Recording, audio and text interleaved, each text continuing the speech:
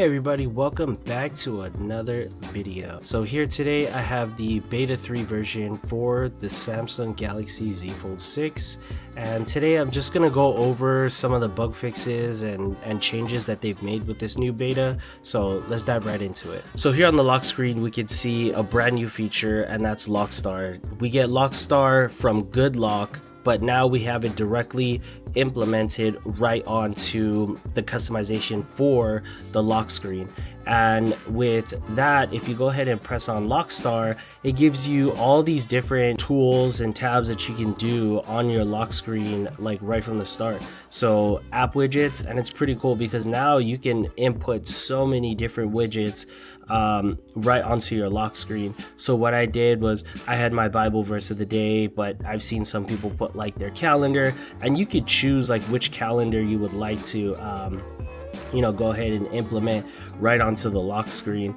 And it's pretty cool because you can also go ahead and resize it when you tap on the widget. And on here it's showing split months, it's showing March, and it's showing April. And I think that's such a good feature to be able to have this option here. And I've seen some people take their clock here and then they'll resize it, or they'll choose a different style. So let's go ahead and try the new style that Samsung's offering with the One UI 7. Let's see if we can move this over here, and then I can even take like this widget here and then put it side by side. So the widgets, you can literally move it anywhere on the screen, and I think that's so cool because now we're not just like limited to a specific area, whereas the original Lockstar before the One UI 7 we were only like limited to like this little area of the screen, whereas now you can take this widget and move it anywhere. And I think that's so cool, and it's so refreshing. And you can take your clock. Can you move your clock? Let's see if we can move our clock anywhere. Oh my gosh, look at that, you guys. I just realized this right now, and I think this is so cool. I am so happy that they are implementing the fact that we can move our clock anywhere now on the screen, you guys. Oh my gosh, I am so ecstatic right now. I'm actually gonna have to go ahead and, oh my gosh, look how big you can make the clock. Now you guys know, if you watched my last video, go ahead and check it out from beta 1. Go ahead and check it out. You guys will hear me talk about how I just love my clocks in your face, and this clock here, you guys, is in your face. I love it. I love a big clock on my lock screen. I don't know what it is about it. I just like big clocks. So all right, I'm gonna have to like really dive into that and just like mess around to like what I can do with it, and I think that's so cool. All right, and now as you guys can see, so I'll just leave that there. And as you guys can also see too, there's this little shortcut tab here on the side for your favorite apps. Samsung has always had this feature. You can either have it vertical or horizontal. Now I kind of wanted to play around with this feature again, and I like it because now the widgets are a lot bigger, and now with the new One UI 7 widgets, they're just more vibrant. It's more inviting to be able to see that. So I like having it there, and I did know that you can move this around anywhere as well. So this was that. So I like the way this setup looks, and I'm pretty happy about the way that is. But oh, look at that. You can actually have a different clock and different style for your always on display, and then when your screen awakens, then you have a different lock screen setup. And I think that's so cool with this One UI 7. Good job, Samsung, for allowing us to be able to have even more customizations to what was already given to us. And look at this clock, you guys. This is in your face as well, but man, just look at that. That's just beautiful. I just love it. And it's great. The animations on everything here, as well as my inner display, has just been getting better with every update, and everything's just a lot smoother. And one thing that I found really useful when it came to my notification panel is sometimes I don't want to have to always reach to the top of the screen just to get to my quick panels. Sometimes I just swipe in the middle of the screen Now you can actually just swipe to the right and go directly to your quick panels. So now there's no more like trying to reach up to the top just to get to your quick panels, or have to use two hands to be able to get to your quick panels. Now you can just swipe from the middle of the screen, swipe right, and bam, got all your quick panels there. And I like that feature. I think that's really intuitive and also very user friendly, just being able to have that feature. So let's just go over a couple of the new features and a couple of the bug fixes that the beta 3 has given us here. So as you guys can see, some new features is press and hold the side button to launch the digital assistants. Now you can do that. I know when Samsung was promoting the S25 Ultra with the One UI 7, we all saw that she was pushing the button, the power button, and then it would bring up your Google Assistant or your Google Gemini. Now, I like that, but I like my shortcut to my power button better. And my shortcut to my power button is my flashlight.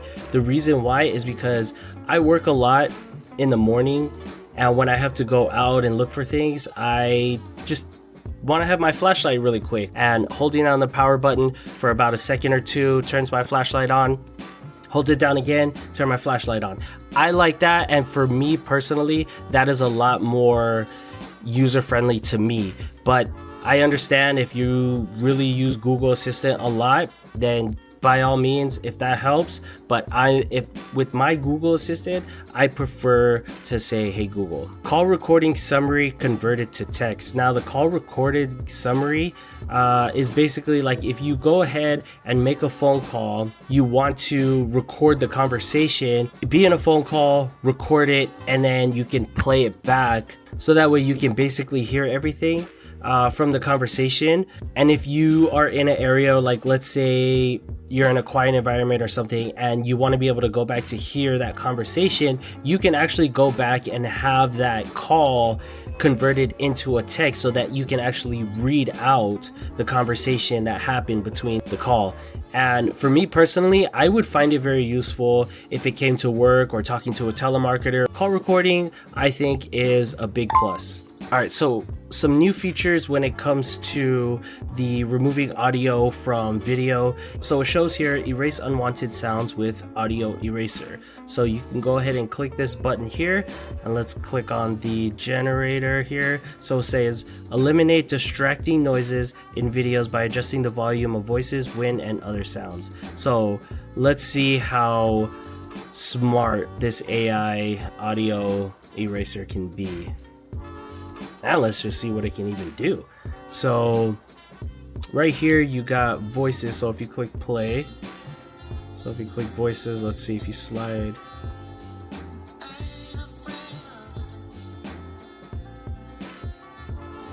Oh wow, so what it did was it eliminated the voice or the singer from the song, and it went, and you can turn it up and adjust it here. Guess what it is? It's new. So it basically like mutes it, and it just plays like all the sound or the instruments there. This was one of my Vlogmas series that I did back in December. All right, so let's go ahead and try the music and see how that goes. So this is at normal volume. And if you turn the music all the way down. Once you let the light in, you won't see the beautiful stars shining down. So what it's doing is that it's basically cutting out, the AI feature is cutting out all the instrumental tones, and it's just leaving the singer, which is pretty cool.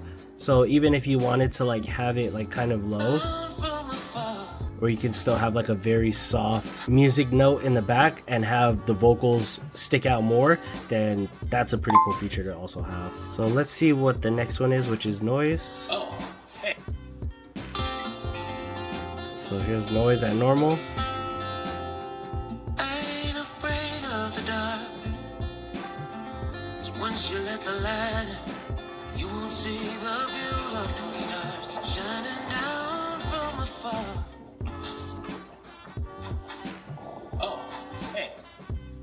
Guess what it is? It's day 4. Vlogmas, let's go! So I guess what noise is doing is that it's it's eliminating like any background sounds, and like if you're in a busy area, it'll cut all that feed out. So it's understanding, the AI generator is understanding that is probably like an unwanted sound, so it's just trying to eliminate it. Or if it's wind, it'll just muffle it or something like that. But that's pretty cool. And then you go ahead and just click apply edits.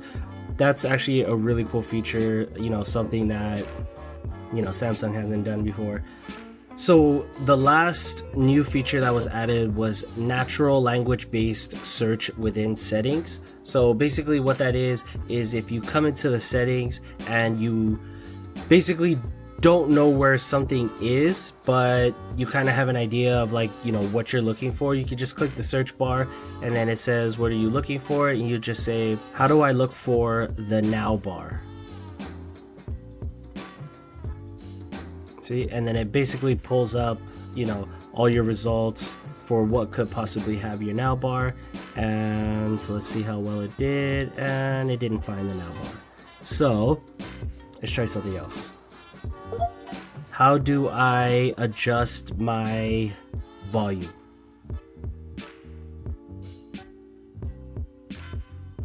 So there you go, you got your loudness normalization, use volume buttons for media volume, limit volume. So this one did pretty well, and then you can just go into your volume settings and change it how you want. So that, I can see that being a very useful feature. But for me, most of the time, I kind of already have an idea of like where most of my settings are.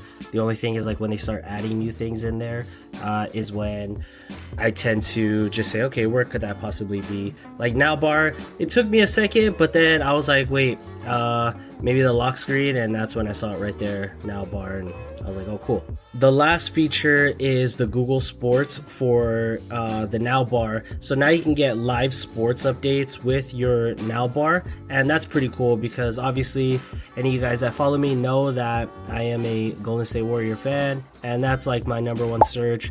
But other than that, you guys, these are the new updates and the new fixes for the One UI 7 Beta 3 for the Samsung Galaxy Z Fold 6.